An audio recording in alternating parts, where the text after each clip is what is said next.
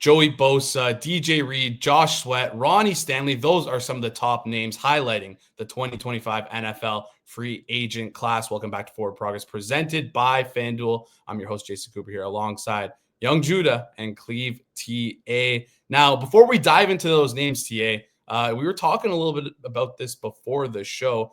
You had some opinions on this free agent class compared to those classes of the past.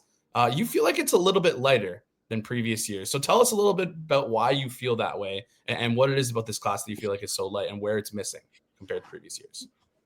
Yeah, just looking at the free agency options, it's typically fool's gold to, really attack at the high end of any free agency market, but you do, typically see some really quality high end players at a couple of positions. And this year, I just don't see it. I mean, even at quarterback, Aaron Rodgers is probably the best option, and that's not saying a ton. There's at least last year you had Kirk Cousins, who you could maybe point to being legitimate starting quarterback. So there's nothing really at quarterback. I mean, the running backs are just completely barren. I mean, last year you had Saquon Barkley, and Derrick Henry. Like, you had real big options, and this year you don't have that at all. And then defensively, Milton. You mentioned Milton Williams, Josh Sweat are probably the two best.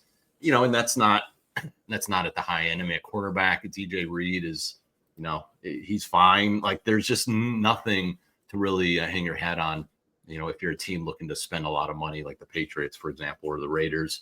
So I just think on the surface, I didn't see a lot of quality at the high end. And then even I like to look at some of the cheaper options, maybe some of the undervalued guys. And there's a couple, but even at receiver, I couldn't find a single one. It's just not really a free agency class that I think you really want to spend a ton of money on, which is unfortunate for the teams that have it. But I think you really have to focus more on the draft and then maybe in the trade market. Maybe that does elevate some of the trades that we see as well, because the free agency market is not as great as we'd seen in the past. Yeah, hopefully we get like a few more trades. I love when there's trades in the NFL. Hasn't been there's been a little bit more recently, but early on in my life, I remember there was very, very few. But let's dive into our list here, Judah. You threw together 5 names for us. So why don't you run down your top 5 free agents? Where do you think they'll end up in 2025? Yeah, I think Joey Bosa now is probably one of the better free agents. And I agree with TA. It's a fairly weak class, and even like T. Higgins, I think, would be like the premier receiver. And you don't have so many guys that are looking to be tagged. Bosa, I mean, obviously injuries are kind of the story here, but it's still been an extremely productive player. I think the rumors to San Francisco make a lot of sense to team up with his brother on the defensive line.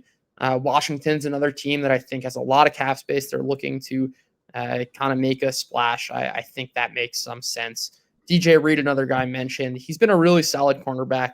I think kind of really elevated his stock with the Jets. Would not be shocked to see him stay in New York with the Giants, a team that historically has bought in free agency at cornerback. And even like we mentioned in an earlier video, this is a team that is, their owner has incentivized the coach and GM to win now. And that's the sort of move I think the Giants desperately need a cornerback. I think that makes some sense. Green Bay, another team as well. They're rumored to be looking to move Jair Alexander and can certainly use some help on the outside. Moving down this list, Josh Sweat, as Tia mentioned, one of the top kind of free agents at edge. I think Washington makes some sense. Green Bay makes sense. Even Carolina to try and just generate some talent on defense, and he's on a bit of a younger side relative to the other free agents. Arizona as a kind of reunion with Jonathan Gannon, I think also makes some sense. They certainly need some help at edge. Looking at Khalil Mack, much older, but still a very productive player. Would not be surprised to see him take a 1-year deal. I think most of the teams I mentioned for edge make sense. Another team I'd add is Atlanta to kind of replace the Matthew Judon role, which is a little bit ironic considering how that turned out for them. He was really unproductive this season. And I think maybe the most intriguing free agent is Ronnie Stanley, a guy who's battled through injuries over the years, has shown some real top-end talent. He's 30 years old, and the difference between Ronnie Stanley and I think most other players is that the age curves in the NFL are such that most positions, by the time you're 30 years old, you're on the real decline. It's not really that true for offensive tackles who tend to peak kind of at this age right now. Obviously, there are confounding factors here like injuries, but he's a guy that I think makes some sense to buy, just given like you might still be able to get 3, 4, 5 productive years even at 30 years old, right? I don't think you can say the same for most wide receivers. I think New England makes a lot of sense to try and solidify the line for Drake May, and they certainly have money to spend and are at least posturing that they're going to do that. Kansas City makes a lot of sense. They just freed up some cap. Patrick Mahomes desperately needs some tackles, and a reunion in Baltimore, I think, would also make sense. And certainly so if the rest of the league is a bit scared off from the injury history. But those are 5 guys. Agree with TA, a relatively weak class, and a lot of these guys are fairly old and have been around the block. But some names to watch out for as we enter free agency. Those are a couple of good names. We got a couple more on the way with Cleve TA. But before we do that, quick word from our sponsor over at Fanduel. It might be the offseason, but if you want to bet on the NFL draft and NFL futures, Fanduel is the place to go for that action. I absolutely love Fanduel's 2025 NFL draft menu with so many options to bet on, including who's going to go number 1 overall, the team to select the number 1 overall pick, who's going to be the first wide receiver taken off the board, and so much more. Just visit fanduel.com/forward progress. Download America's #1 sportsbook. That's fanduel.com/forward progress.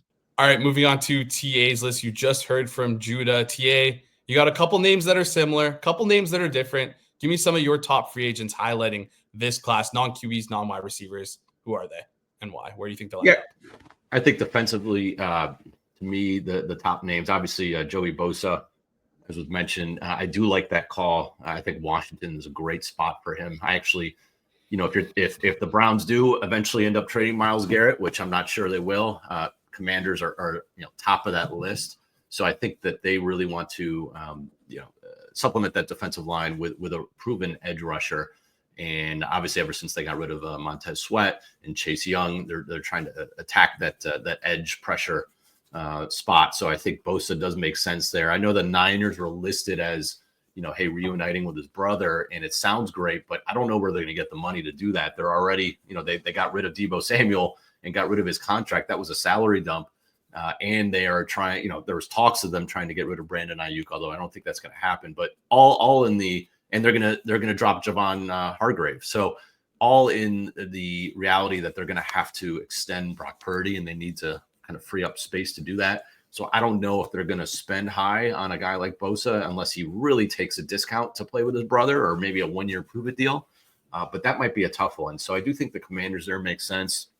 I'll say with Milton Williams and Josh Sweat, feels like it's not a package deal, but I think both are going to be number 1 on the Cardinals list with Jonathan Gannon, who obviously was the defensive coordinator 2 years ago in Philly. He knows them really well. He was in the draft room when they picked Milton Williams. So they need a ton of help on that defensive front. They have very little talent.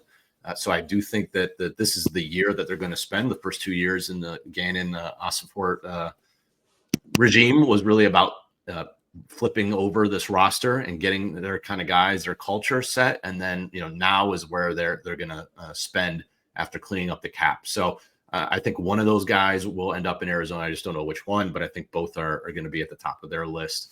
And then DJ Reed is probably the best corner on the board. And I think he could reunite with the Raiders and Pete Carroll. So Pete Carroll coached him obviously in Seattle for a couple of years. And they have nobody at cornerback right now that I see as a legitimate starter. So that is one area that I think he's going to want to bring in some high-end talent. And I think DJ Reed and the Raiders make a lot of sense. So those are a couple of the guys that I think at the top, especially defensively, make some sense. Yeah, tons of good guys. Okay guys on defense, not great compared to previous years. But that wraps it up for us here today. Listen, if you like any of those guys and you want your favorite team to sign them, comment that down below. Let me know what your favorite marriage is for your favorite team. And if you made it this far in the video, please do us a favor. Drop that like button, goes a long way. And if you're new to the channel, hit the subscribe button as well. We got tons of great content coming to you this entire offseason. Thank you guys so much for tuning in. We'll see you in the next one.